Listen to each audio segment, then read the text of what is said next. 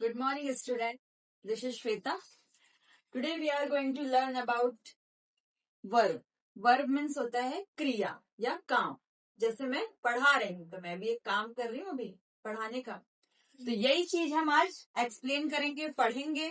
Verb जो कि part of speech का थर्ड पार्ट है. हमने अभी तक नाउन पढ़ा, प्रोनाउन पढ़ा और अब थर्ड पार्ट पढ़ेंगे हम लोग वर्ब. सो इसकी डेफिनेशन जैसे कि a verb is a word that is used an action or state of being.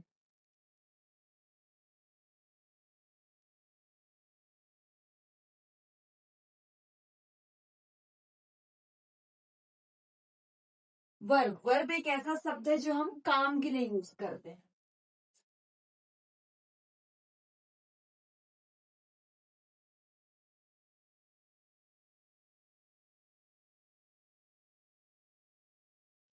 आप सुबह से लेकर के शाम तक हजारों लाखों काम करते हो. जैसे कि उठना, आपके द्वारा उठना, वेकअप, ये भी आपका एक काम है. वेकअप, रेडी, तैयार होना, eat, cook, teach, read, play, इतनी सारी वर्ब्स हैं कि यहाँ सारी वर्ब्स लिखना नामुमकिन है. बहुत सारी वर्ब्स होती हैं. उठना, जागना, खाना, पीना, खेलना, कूदना, दौड़ना, नाचना, गाना, और सबके लास्ट में ना आएगा. ये चीज मैं आपको पहले भी पार्ट ऑफ स्पीच का जब इंट्रोडक्शन दिया था तभी मैंने बताया था कि हिंदी की जो वर्ब्स होती है उसमें लास्ट में ना जरूर आता है. इसके बाद हम इसके पार्ट्स पढ़ेंगे. ये वर्ब के 3 पार्ट्स होते हैं. जैसे कि हम लोग काम करते हैं, प्रेजेंट में काम कर रहे हैं, उसी का हम पास्ट में काम कर रहे हैं या हम फ्यूचर में काम करने वाले हैं. तो इसके लिए सारी चीजों के लिए वर्ब्स अलग अलग लगती हैं और इनकी हेल्प करने के लिए एक हेल्पिंग वर्ब भी यूज होती है. ये वाली वर्ब्स जो कहलाती है वो मेन वर्ब कहलाती हैं और इनके 3 पार्ट्स होते हैं. वर्ब की फर्स्ट फॉर्म, सेकंड फॉर्म और थर्ड फॉर्म. मतलब बेसिक वर्ब, इसका पास्ट फॉर्म और एक पास्ट पार्टिसिपेट होता है. तो पहले इसको नोट डाउन कर लीजिए, उसके बाद हम लोग इसकी फॉर्म पढ़ेंगे.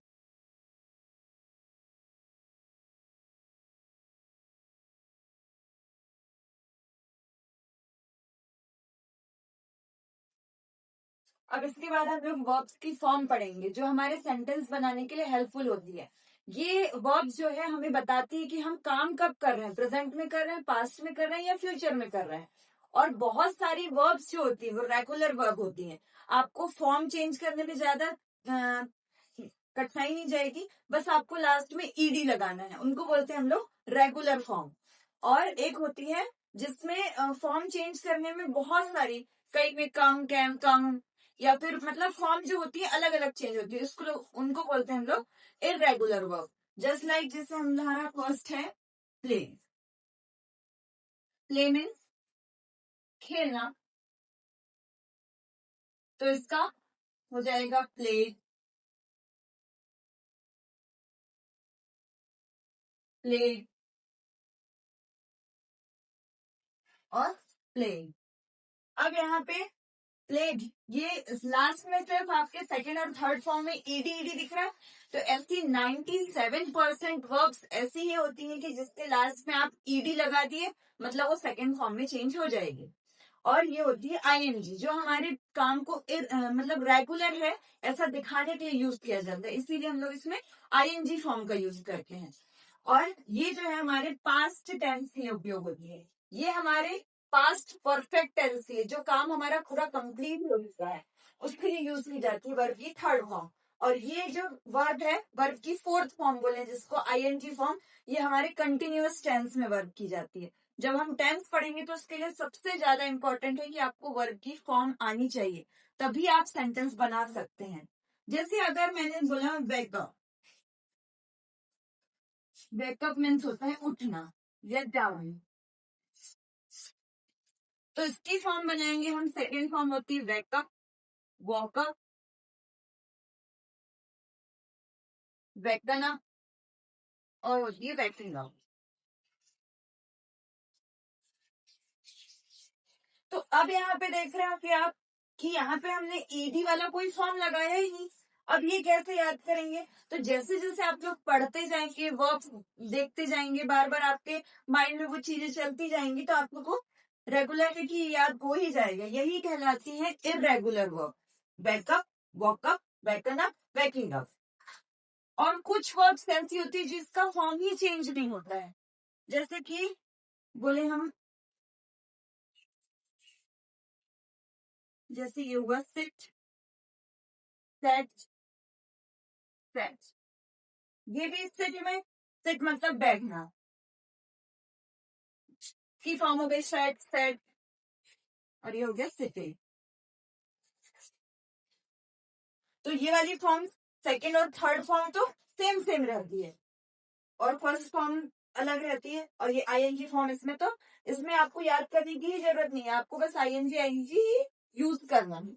अब इसके बाद में हम लोग आपको बहुत सारी वर्ब्स की फोटोज देंगे जिसको आप लोग नोट डाउन कर लीजिएगा, अपने पास लिख लीजिएगा, रेगुलर याद करिएगा, तो आपको वो चीजें इजी लगेंगी।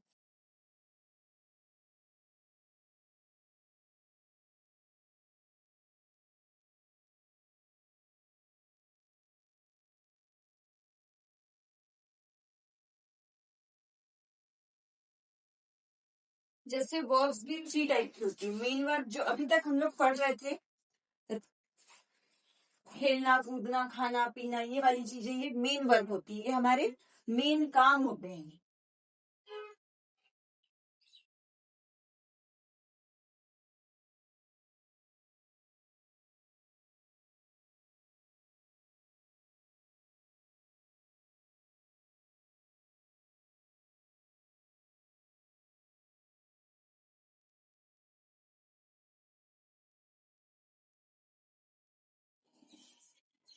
अब किसी के साथ हेल्पिंग, जो कि हमारे हेल्प करने के लिए यूज की जाती है, कि हम बता पाए कि ये किस टेंस का सेंटेंस है, किस टाइम का सेंटेंस है, इसीलिए हमारी हेल्प के लिए जो वर्ब यूज की जाती है उसे ही हम लोग बोलते हैं हेल्पिंग वर्ब। जैसे ये होती है is, am, are, was, were, will, cell,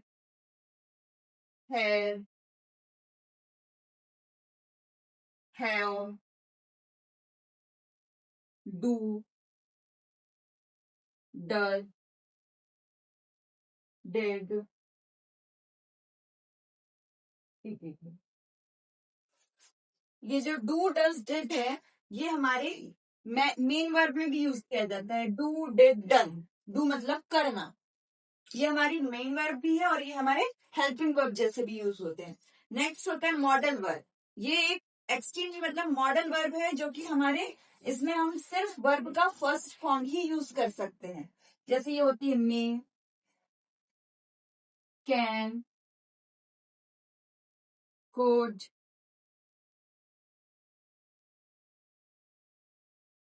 might, would, should, etc।